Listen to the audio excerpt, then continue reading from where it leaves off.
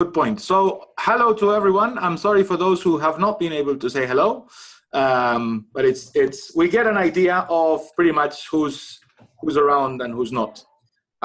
So let me just start then, switch this a little bit to go into the glossary. So I think obviously one very important element of the introduction is to make sure that we have the right concepts all in mind. There's this important to consider, for example, I'm going to start with remote sensing and satellite imagery, which is sometimes used interchangeably, but it's not exactly the same thing.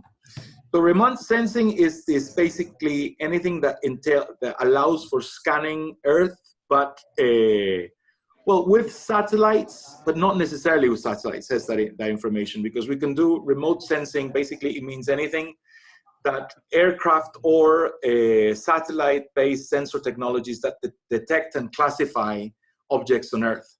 So when we talk about remote sensors, we're not necessarily talking about satellite imagery all the time. You can have a plane giving an overflight over a commodity landscape with a camera attached to the plane, and that's using a remote sensor. Then obviously satellite imagery refers to the digitally transmitted images taken by artificial satellites orbiting the Earth. So one important reference, and I think this is one point of departure, is that we will be talking here on this learning stream of remote sensing and satellite imagery, because sometimes you need to support satellite imageries, especially those of you who are working in the neotropics and those of you who are working in commodity sectors, obviously, where you will be able to have maybe some problems with cloud cover. And depending on the satellite imagery that you might be using, you will have to use other remote sensors that are not satellites to be able to complement that view. So, for example, in Costa Rica, we face the problem of, in the majority of the pineapple production landscape, we faced clouds in 50% of that of the production. So we have to also complement the imagery with drones. Then I'm going to, the two other elements I want to discuss in this slide is land use and land cover. Land use, of course, refers to human activity, to total arrangement of activities and inputs that people undertake. So land use is also, it's more about a socio-political concept when you compare it to land cover, which is a more physical and geographical concept. So land cover refers to the physical material at the surface of the Earth that can be captured by remote sensors. So we're talking of a specific, what is found and what may be interpreted by these remote sensors, that it's a physical interaction. When we're talking of land use, we're starting to get into the realm of laws, of what's permitted or what's not permitted. And it's important that we have that difference in mind when we're talking about the monitoring systems that we want to put in place in our countries, and that we want to make sure that are going to allow us to get to the point of deforestation-free commodities.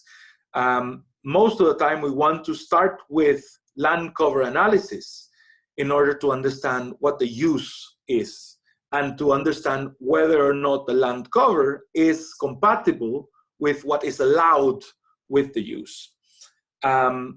And obviously, the element of change detection is important for monitoring systems, because what we are attempting to do with change detection is to measure how the attributes of a particular area have changed between two or more time periods. So change detection is basically the bottom line, or the most important element of monitoring. You don't want just to have one image of land cover or one interpretation of the land cover of agricultural landscape.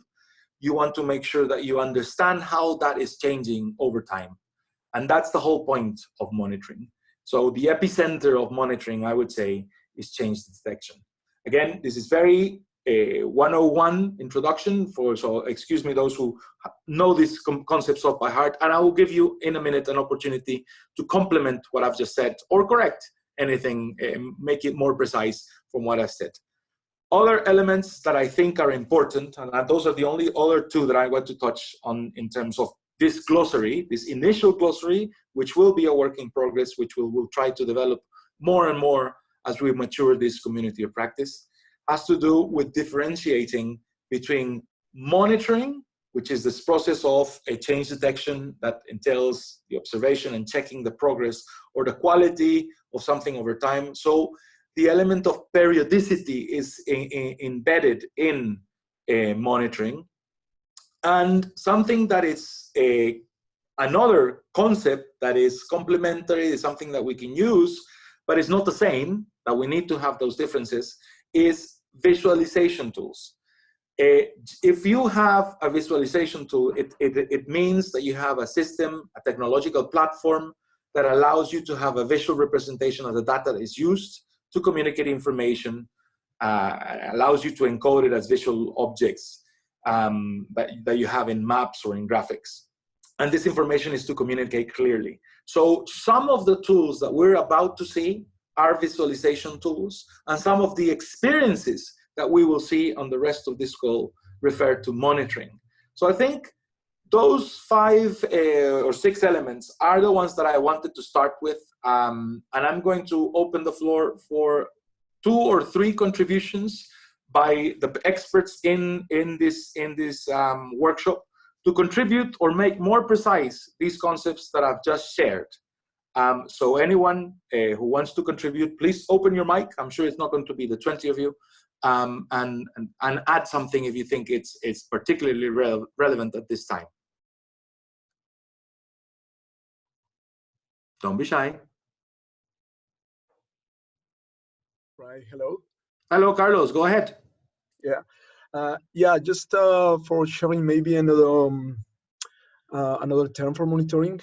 And I think that is also the tracking key elements of one program, in this case for Mocoup, right? So when we are doing the monitoring using remote sensing or using satellite imageries, what we really do is use the change detection to move ahead in the time series, moving from one land use to another. Because as you said before, what we see in the Landsat or in a Sentinel image, or even in a drone image, what we see is land cover, right?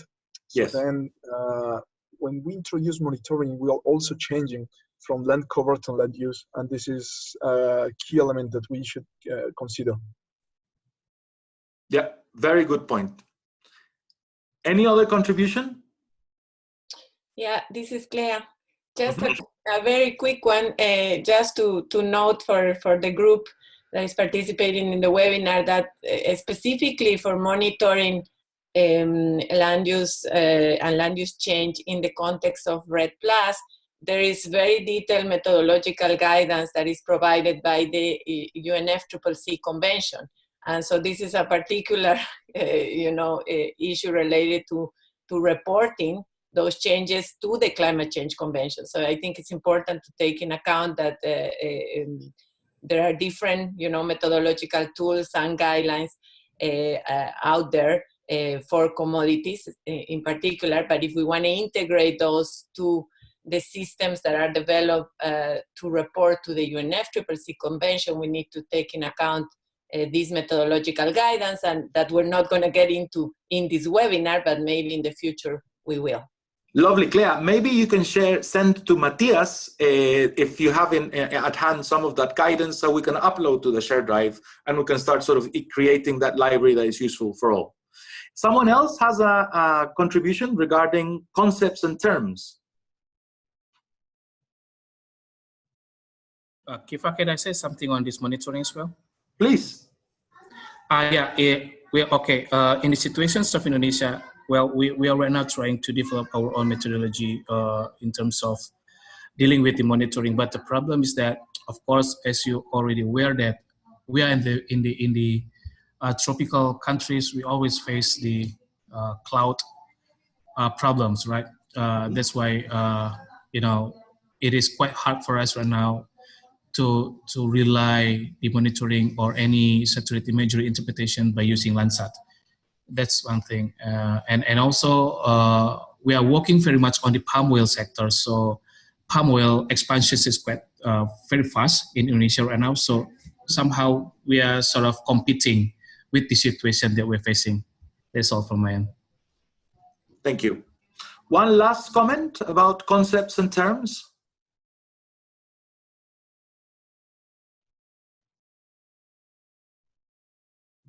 Okay, so we'll go to the next slide. Thank you for your contributions. And this is surely the whole point of this learning stream, to try to gain knowledge by peers and not just someone talking from the screen. So before I go into a typology of different tools and systems and complementary services presented by some of our guests, I want just to summarize what for me are three basic elements of land cover change monitoring for deforestation-free commodities. I think we need to have an interaction of three elements in different ways and in different levels.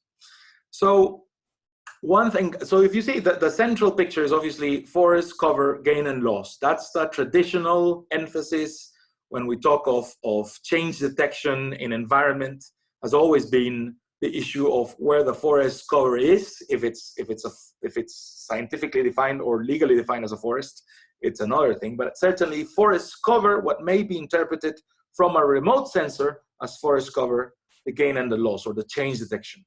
So that's one central element that we need to have. I think, and excuse my pineapple centrism, because I'm Costa Rican, when I talk of commodities, I think of pineapple immediately. The element of, we also need to be able to interact these layers of information about forest cover with layers of information of the particular commodity. Otherwise, we will not be able to have a full story of the land use and monitor how the land use is maybe changing. Because we want to make sure that we are telling the story either for the CBD Convention or either for the UNFCCC Convention about how the agricultural sector may be eating up the forest or maintaining the forest. So another important element that I think in order for us to talk about the monitoring systems that support this idea or this aim of the world to have deforestation-free commodity supply chains, we must include the element of the surface area of the commodities. And my contribution here, and it's just for us to debate, is that we shouldn't just be concentrated on forest cover and non-cover. I think that's an idea that our friends from Red Team in Costa Rica will learn very quickly. We need to move away from just saying, okay, so the forest cover is this area, and not talking about what's happening with the other land uses, because it's going to allow us to avoid deforestation in the future. The third element is the property records. Now, I know, and this is part that I know it's going to be controversial. I know that it's very difficult, and I'm going to explain now an explanation of a process in Costa Rica that links directly property records to surface area of commodities and to the change detection of forest cover. What I mean with property records, it could be as explicit as the example we're about to see from Costa Rica in a couple of minutes, but it can also mean something that it's already it's information that it will be useful either as part of a monitoring system or just information that we need to have somewhere else that can contribute to this idea of deforestation-free commodity supply chains. So, for example, the direct method we will see with the example of Mokup, where you actually extract the farm number where you're seeing deforestation taking place because of a commodity expansion. The indirect level is that companies that are purchasing commodities most of the time will know, or they will request information where they are sourcing from. They will know the jurisdiction, they will know at least the area, and in some cases, those very well-behaved companies will have the polygons. Companies will not want to share this information with the state will not want to share this information because it's confidential information. It's about a contract between the farm or the company they're sourcing from and the company that's buying. But the only thing that I want to sort of flag here is that it's still important, even for the company, to be able to ensure that it's complying with their own deforestation-free commodity sort of aims, to have access at least to the polygons where they are sourcing from. Again, so bottom line, when I'm including this last element that I think delimits the scope of analysis of deforestation-free commodity supply chains, the information of property records, or the information, or at least of the polygons where we are purchasing the commodities or producing the commodities, needs to be available somehow, either directly, either because the state has it, or because the state produces and generates a publicly available map of these properties, or just because it's confidential. But the three elements, to me, and this is for debate, must be there. So this is just to generate a little bit of arguing and discussion, and maybe, I don't know if there's people who are in favor or against this delimitation with these three elements, or somebody wants to add something else or complain about what I've just said. Please go ahead, this is the time to do it. Anybody wants to contribute?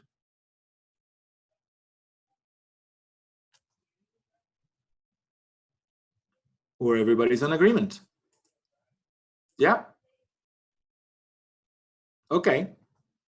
Well, so there seems to be a consensus, or at least I'm going to take it like that. The silence is a positive silence. Okay, yes. Okay, wait, Keith. Go on then. I didn't want to be the first again, but okay. Go ahead. Well, yeah, that's perfect. So maybe we can summarize that when we want to do monitoring, so to do monitoring, the geospatial information is not enough. We need extra information. We need social information. We need information that is coming from the field, right? Yes. In this case, and for the case of Costa Rica's property records, something that in some places, some countries in Africa, is impossible to have. Yes. Because the property is completely different. But definitely we need data coming from the field, and that data somehow needs to be included into the system to have a better monitoring. In some cases, we are talking about community monitoring. In some other cases, multi-stakeholders monitoring, but always we need that extra information, right? Lovely summary. Anything else?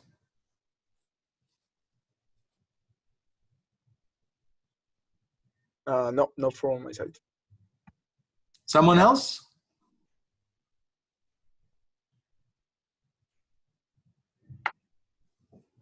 Okay, so I think that was a very good summary. Was that Carlos? Please say your name when you start. But yeah, okay, so that was a very good summary. I wanted to challenge this view of property records, but I think it's a better summary to explain that in some cases this will not be as available, but it entails information on the ground. So yes, remote sensors, yes, satellites as much as possible, but we still need to extract information from the ground, social information, to allow us to have the whole story. So in order to move towards a monitoring of land cover and land change use, and land use change, for these deforestation-free commodity supply chains, which is an aim of many entities and many sort of declarations, we need to be extracting this information, social information, from the ground as well. Okay, so now I want to pass on the mic to explain to some of my guests. And please, again, considering the time, it's already 45 minutes past the initial of the call. So please, 3 minutes, or well, 5 for the first bunch of presenters, and then 3 for the other 2, to explain some of the applications of land use and land cover change monitoring that are out there. And I'm just going to talk about applications instead of, and I'll allow each one of you to explain if you're talking about a specific application, if it's a service, a complementary service, if it's a monitoring experience, or if it is a visualization tool. considering the concepts that we went through. So we'll start with, I think it's Carlos or Kim, I'm unsure, explaining Open Forest. The floor is yours. Yeah, it's me. So hello, everybody. And sorry I didn't present myself before. So I am Carlos Riaño. I am also from the UNDP Red Plus team. I am based in Cambodia. I'm an MRV expert, so I know more or less about this part of monitoring. Right. We will talk about Open Forest. That Open Forest was created by FAO under the UN Red program. And just to talk briefly about Open Forest, it's a set of tools, it's a set of applications. Basically, this is for the forest. It was created just for the forest monitoring system, but we saw that it can be also useful for green commodities and land-used land cover monitoring system. Right. So the first application is Collect. That is this is for data management. So it's something that is important in our case. This is where we collect all the information, where we analyze it. Then we saw that when we were doing forest inventories in the UN Red team, we needed to better collect information in the field to avoid errors. So there was the time where the Android systems were developed. So we developed an application called Collect Mobile that helped the person on the field to get information and send it directly to Collect, right? Then the third application is Collect Earth. My colleague Kimberly, she will explain you better about it. The fourth one is Calc. So when you collect information, you get it into the database. Now it's time to calculate it, right? So we use this data set. This Calc is based on R. We can say that it's an effective and is collaborate data analysis, and can help us for result dissemination, in this case for reporting to UNFCCC. Finally, we have a geospatial toolkit. For those of you that love Linux, it's a powerful command line set of tools that process geospatial data. And then, Kifa, I don't know if you can go to the next, right. So those, in the overview, I just explained the different tools. Then the advantages or disadvantages are, is open source, is free, is in this right now is supported by FAO, is very intuitive. You will need just maybe some few understanding of R and Linux. That could be a disadvantage in the Windows world. Something that is very good is in constant improvement. Right.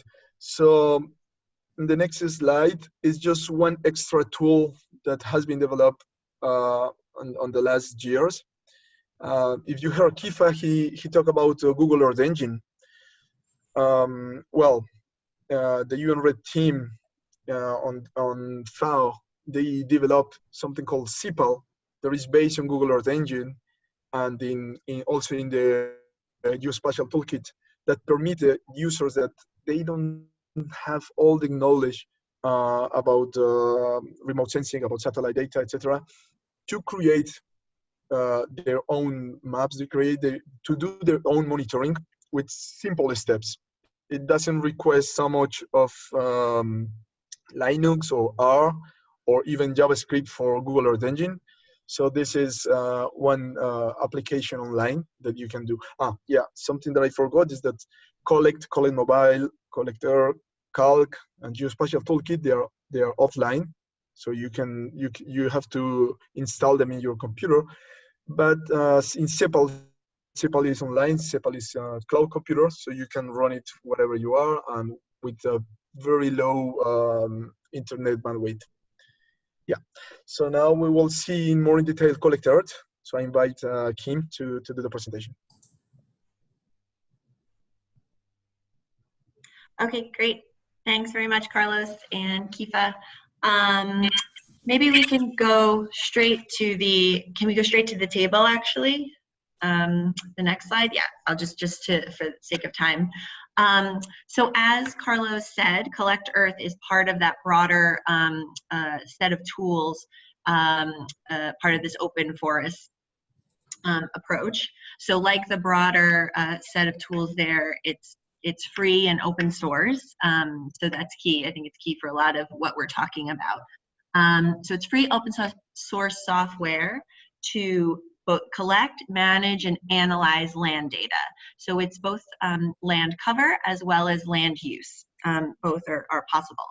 And both Kifa and Carlos have mentioned Google Earth.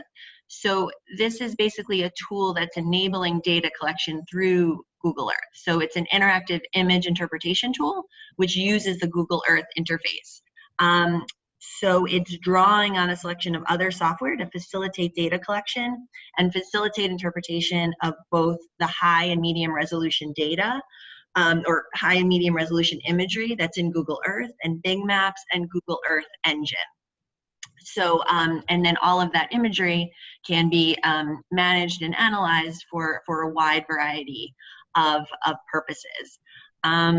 Something key to mention maybe that the imagery that can be used and analyzed in Collect Earth is of varying spatial and temporal resolution. So again, that supports a number of different purposes, objectives for analysis, but specifically, maybe it's useful to point out when we talk about temporal resolutions that means it allows historical analysis as well as monitoring going forward. So maybe to focus on the example uses, just quickly a few key ones that have been applied. So Collect Earth can support countries.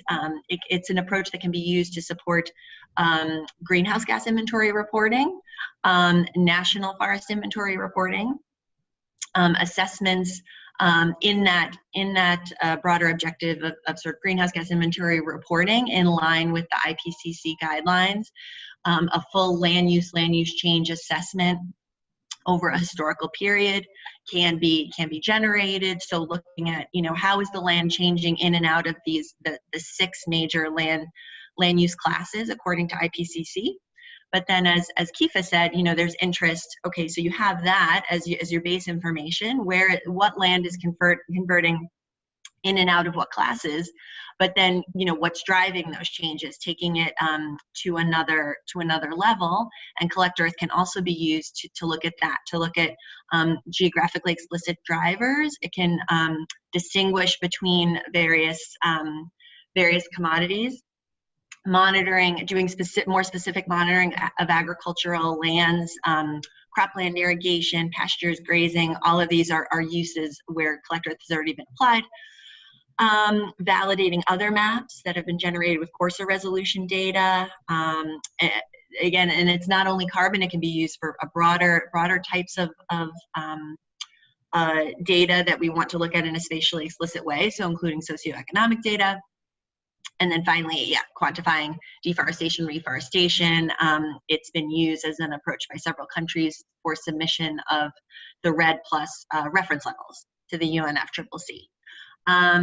So the last column, advantages, I think most of these are disadvantages to point out. I'm sure there are disadvantages, but this is what we have here, and maybe if others want to chime in. But again, this free and open source is key to enable broad use and analysis.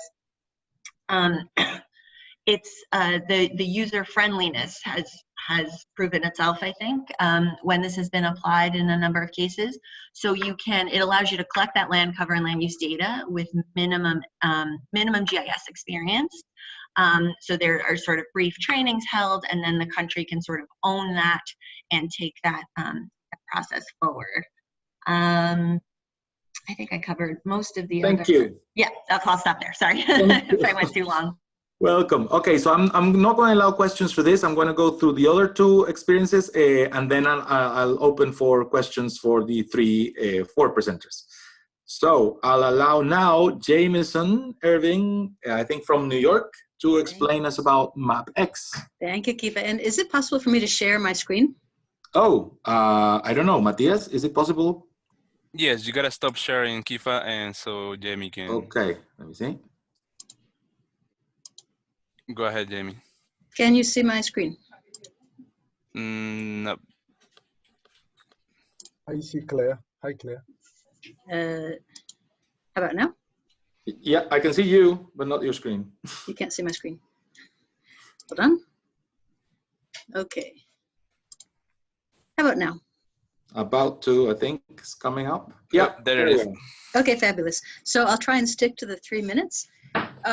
For 15 years, UNDP has been supporting countries in the development of their national biodiversity strategy and action plans, and in the development of their national reports on biodiversity to the Convention on Biological Diversity.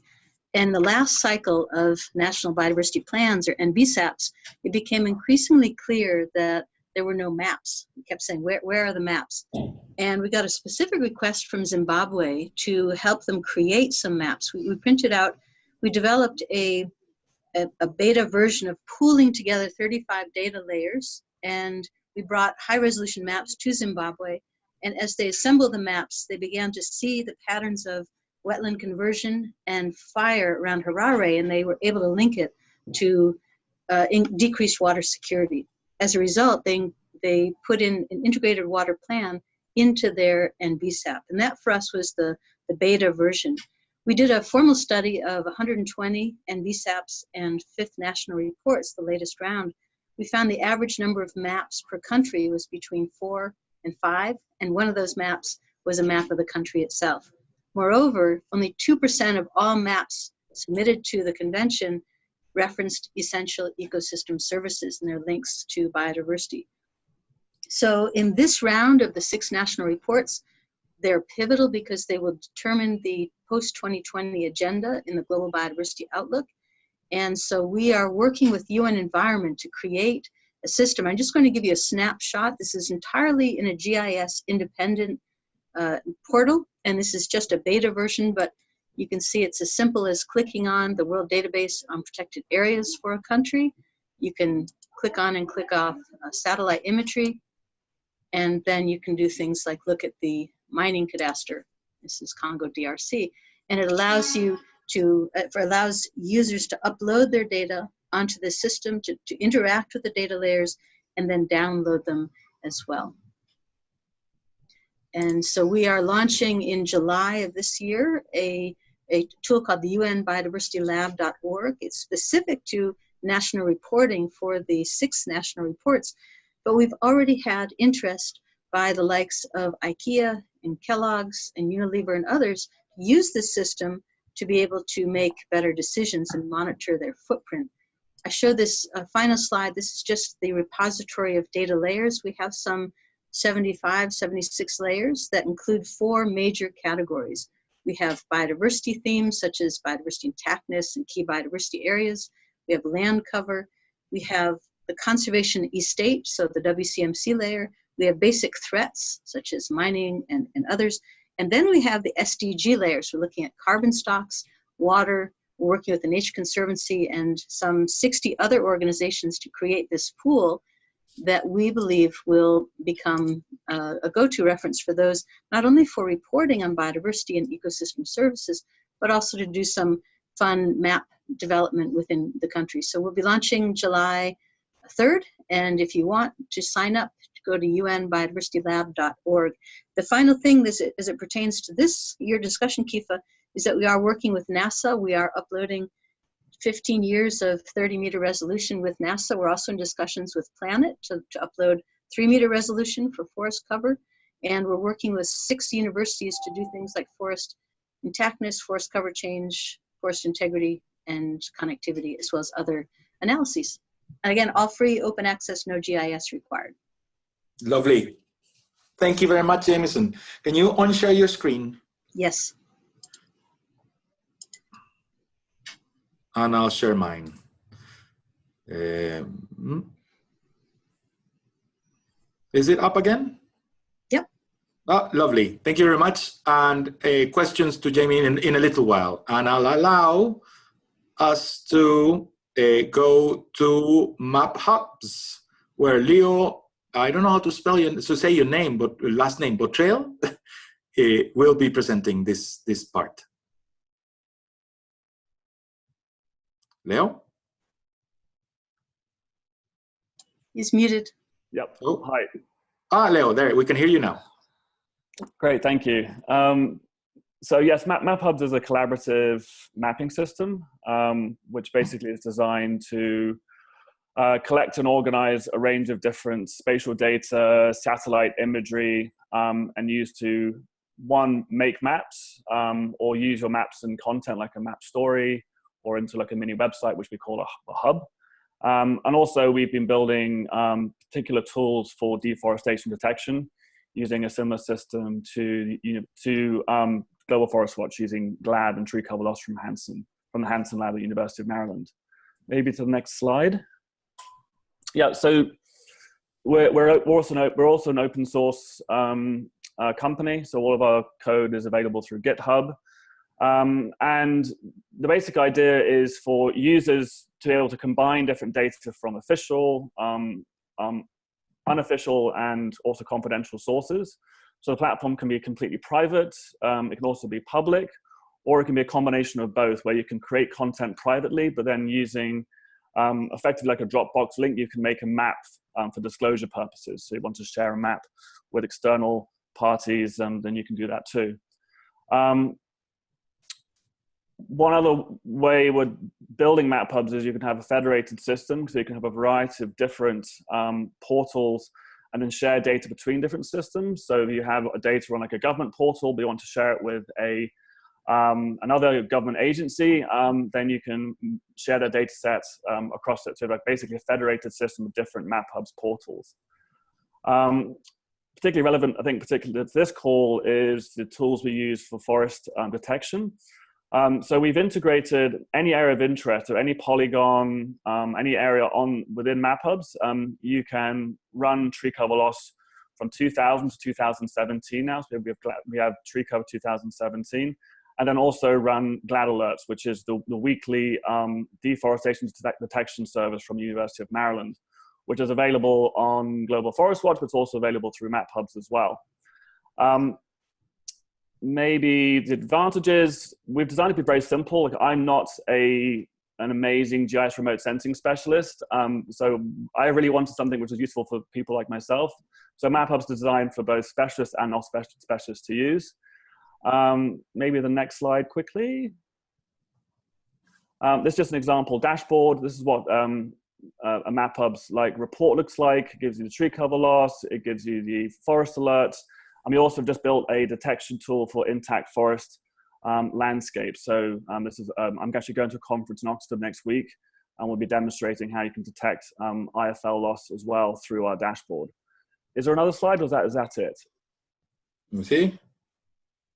Yeah, and this is an example output map. So this is a map you might share with a company and organization, and this is actually an oil palm plantation in DRC, which shows the detected clearance with GLAD of remaining forests inside the concession, and the concession boundaries, the property rights, and also the plantation area. And there's a link, I can put the link in the chat so you can check it out. This is actually public. Great, thank you. Thank you very much, Leo. So I'm going to open the floor now for very pressing questions that you might have. Now, before you there's an avalanche of requests. Just a reminder, the idea of this virtual workshop is to have a little teaser and a little taste of some of the tools and services out there. We're a community of practice, and this is what we want to build. So the idea is that if there's like a longer term, or you want to really go deep dive into any of these tools that you've just seen, we can put you in contact with these people, and then maybe we can organize a specific call about one of these MapX or Open Forest or MapHubs, so on. So I'll open the floor now for specific questions to some of the previous presenters.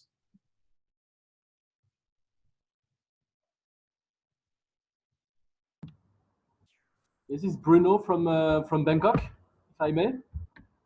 Just one thing that I wanted to mention about MapHubs that I find particularly interesting is that basically, as you mentioned about the area of interest which can be concession, for example, I don't know, 150 concessions in DRC or in Indonesia or whatever, and that basically you can get the statistics of deforestation and ranking and everything from all those concessions every week in a very user-friendly way. And whether you're a company or whether you're government or provincial officials, for example, it makes it very, very easy for you to actually follow what's going on.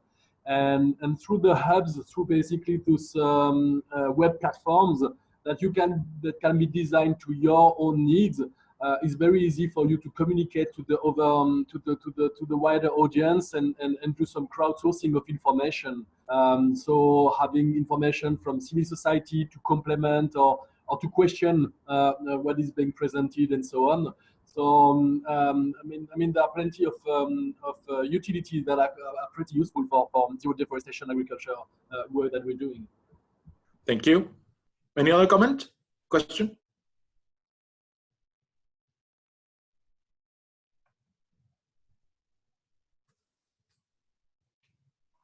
Is that a positive silence or negative silence? So I think for the sake of time, I'm going to jump. I was going to present on Planet. It was briefly mentioned, but again, the idea is that we can go into this comparative table produced by the UN Red team, and we will be building on this. And if there's any specific need for specific tools to present, they will be able to. So I just want to go over now very quickly about a case study, and it's a very quick deep dive into a monitoring experience in Costa Rica.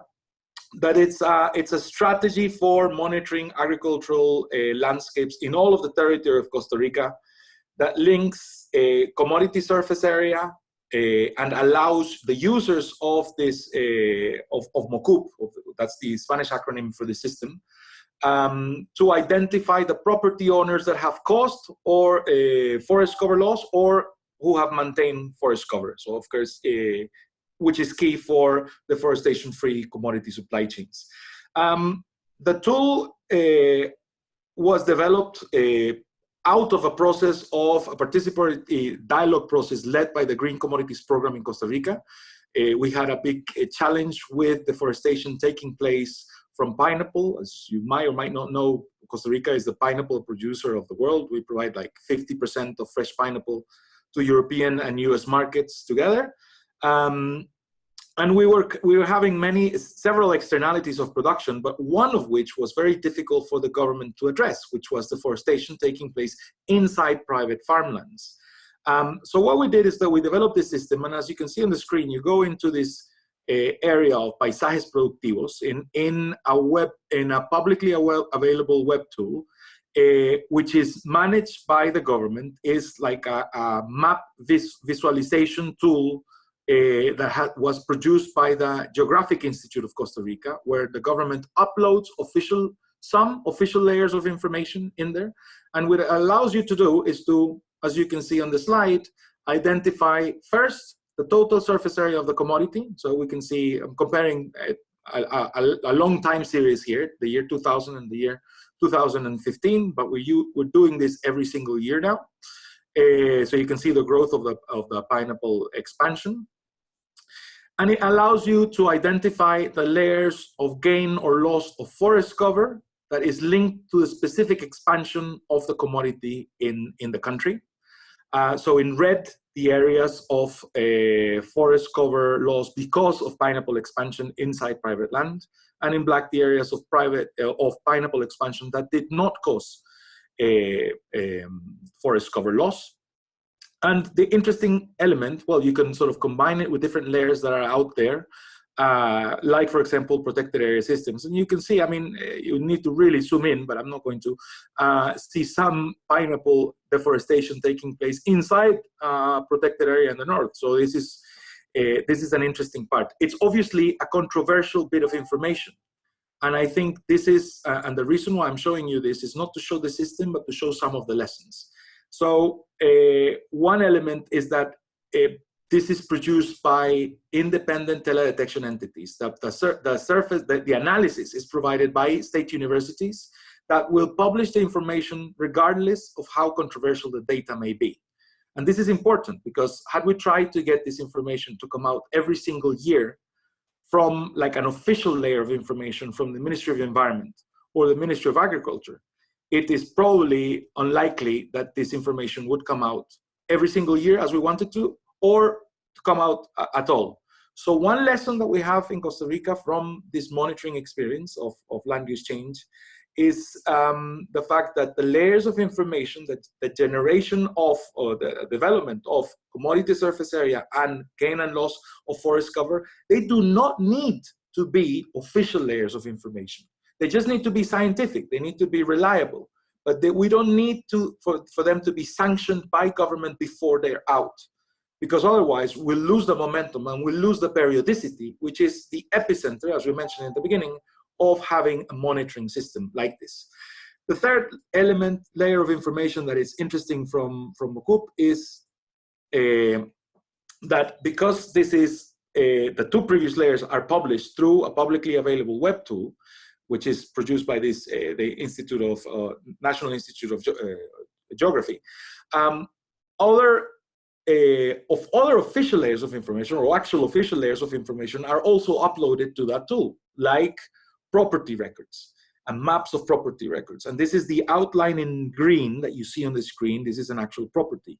And you can see in red is the area that is identified as forest cover loss because of pineapple expansion.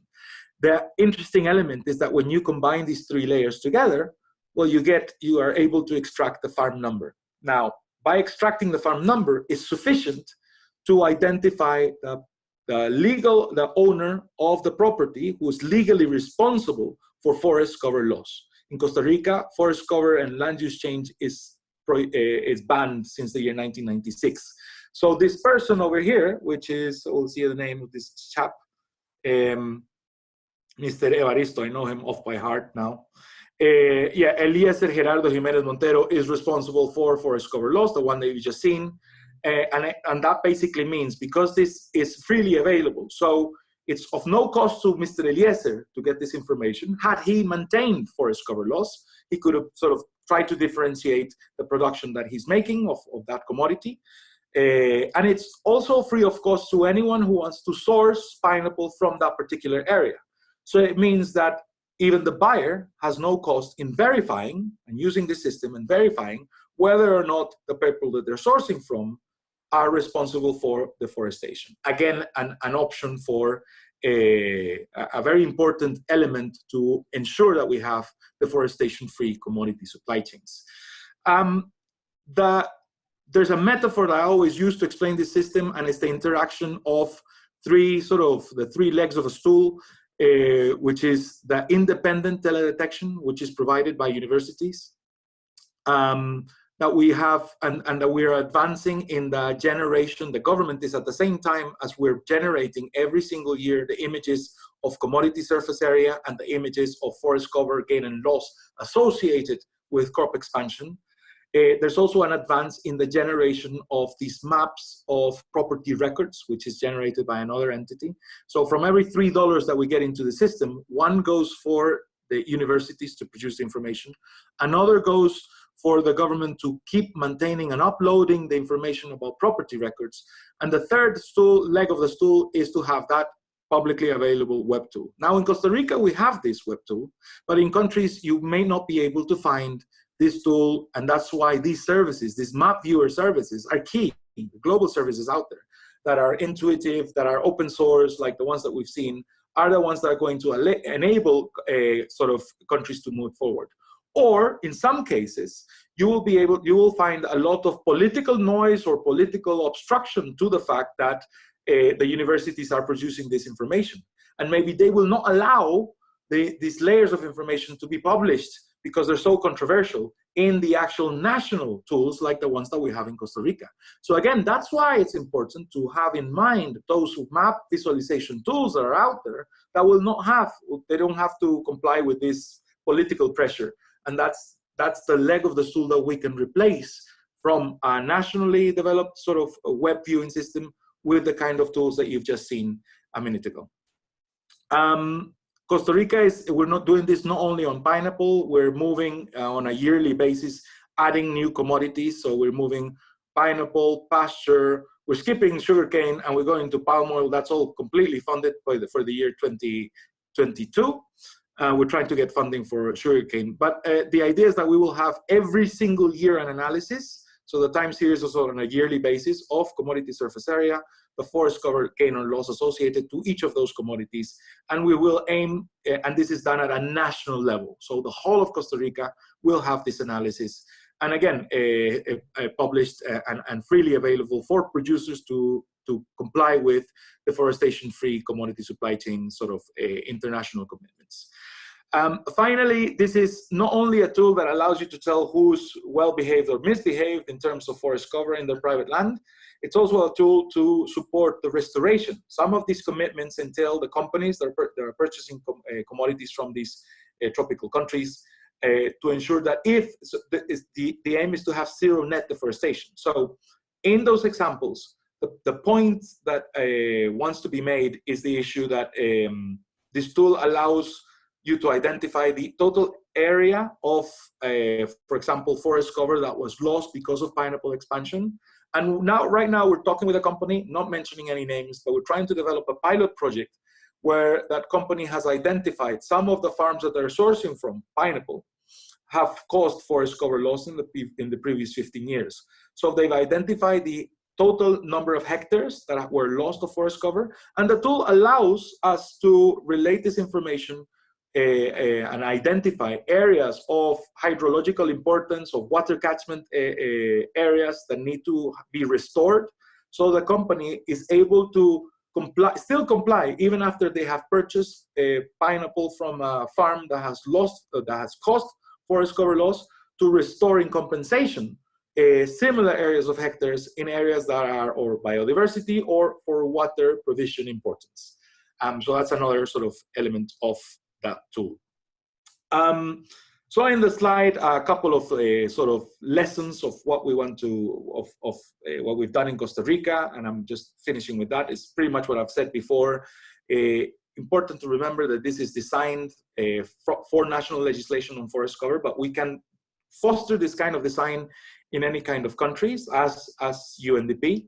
We can support countries to make sure that they are able to design this analysis based on the specific requirements of their forestry law. So in some countries, you will have to have a certain amount of meters of distance between a riverbed and a plantation. This kind of system allows you to identify if that is being complied or not. If not, you can paint it in red and generate an alert. And also it's something that the purchasers of that commodity in that country will be able to do. So it's important to generate these layers nationally, tailored to the national forest and agricultural laws. It's designed to be low cost. We're using mostly Landsat. Again, when we have a problem of clouds, we use another remote sensor. And it's designed to relate change detection with property records because of the way that of the system that I've explained before. But it's not necessary. I mean, in some countries, if you're a company, you will have the records of property records, or at least you'll have an idea of the polygons that are selling you and sourcing you the commodities. So even if you have the layers of commodity surface area and forest cover gain and loss, you will be able as a company to comply with your deforestation-free commodities sort of commitment. I'll leave it like that, just to open the floor for one or two questions about this particular experience, because this is the end, almost the end of the webinar, because I want to keep it at 1 hour, 20 minutes sharp, and allow you to continue with your day or to go to sleep. So any questions about Mokup from the floor?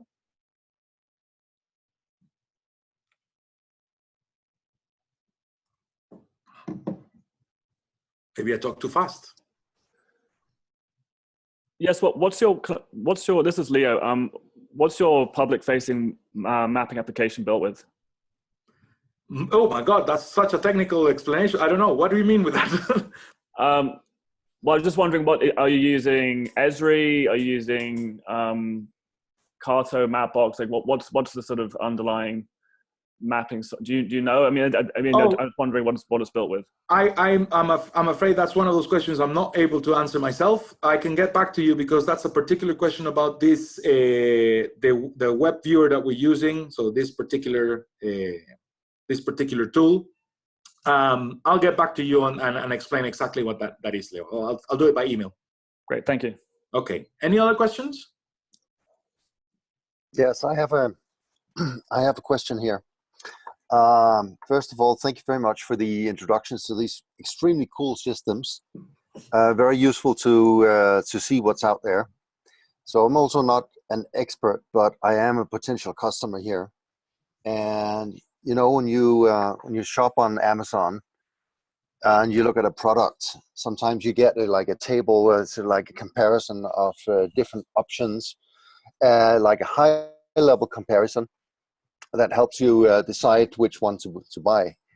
And I'm kind of in this situation. I see some of the systems, you know, they seem to be able to do, you know, similar things, and there's some differences as well. So I think it would be very useful for people like me to have like a comparison table or so, where we kind of just capture the key differences and pros and cons of each system. And that would help people like me, if we go to a particular country, to see what kind of system could possibly be useful in this or that context. So that's kind of a recommendation. Your wish will be granted. Out of this, I think, really extremely useful work. Yeah, your wish will be granted. As I said in the beginning, if you see these kind of sort of tables, we have, and this is not GCP work, this is UN Red team work. They've started developing this, and hopefully this community of practice will be able to improve the quality of this. So you have an example of what the table looks like, but we have it with all the different examples that you've seen today, plus additional examples. It's work in progress. We will upload this on the shared drive that Matthias will share with you guys, with all of you at the after this call. So you'll have it today, and we will keep working on it in the future. Any last questions before we go into the next steps? Yeah, just one comment from me. This is Claire. Can you hear me? Yeah. Yeah, just a comment, because you know, we engage with the MOCUP as well from the Red team. We co-finance part of the work, and I just wanted to explain how I see the linkage between what MOCUP does and what monitoring systems in Red Plus do at a country level. As Kifa very well explained, you know, countries need to report, and they usually will use their official data to the UNFCCC on their land use and land use change and greenhouse gas inventory, related greenhouse gas inventories. That's their official challenge. But at the same time, when they get to apply measures to reduce deforestation, they need to enforce. They need tools for enforcement to make sure they can act on time to stop deforestation on the ground. We saw MOCUP playing a crucial role there. We see it really as a tool that can help Costa Rica to address drivers of deforestation because of many reasons that Kifa already explained, but also the timing, the periodicity, you say? The periodicity by which each commodities monitor, which differs from the cycle of the national monitoring system that is used to report officially to the convention. So that's a comment on the connection on the two systems that I think for some people it's hard to see why there's two level of systems. But also an additional comment, and this is something to be talked maybe in future webinars, is that the challenge at the end that countries are going to face is related to consistency. At the end, everything needs to, I mean, the county, to be able to demonstrate that you're addressing deforestation, your greenhouse gas inventory is the official tool, and everything needs to match. So all the efforts that are being done at different levels with different tools will need to add up and match, and you need to have some consistency. So I think that's a great challenge, especially considering that you know, in some of the tools there are different data sources, there are global data layers that are being plugged into these systems, while countries for the national monitoring systems are using national official data. and then there are different data, and then the information won't add up or won't match. And that is a real challenge that needs to be looked into for everybody, for deforestation, free commodities, but also for REDD+, because at the end, climate finance will come only if you can demonstrate verifiable emission reductions as reported to consistently through the systems. Okay, thank you. Very good points. And now, because I really want to be committed to the 1 hour 20 and allow you guys to continue or go to bed, the next steps of this learning stream, thank you very much for all of you for being here.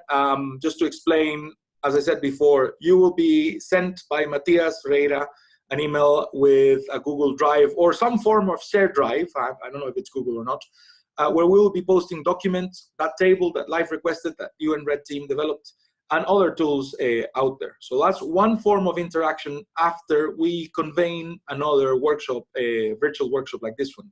Second, you can all request, obviously we had a very quick overview of some of the tools that are out there. There may be tools that you still want to see as quickly as this, or maybe you want to have a deep dive into these specific tools.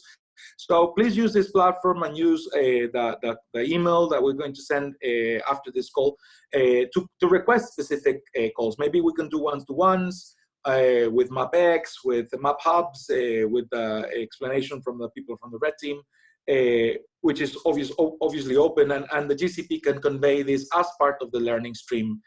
So we're all sort of invited to these specific tools.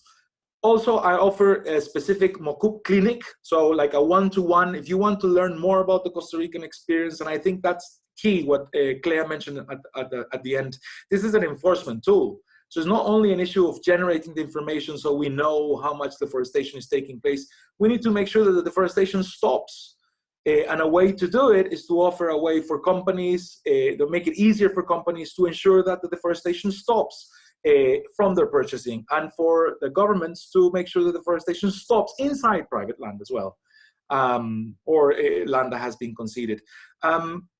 So we offer that. I mean, just request it on the email or get in touch with it directly, and I can offer one-to-ones with specific country teams at your own time, in your own convenience. You don't have to. I can sort of wake up early, or go to bed late for these kind of clinics.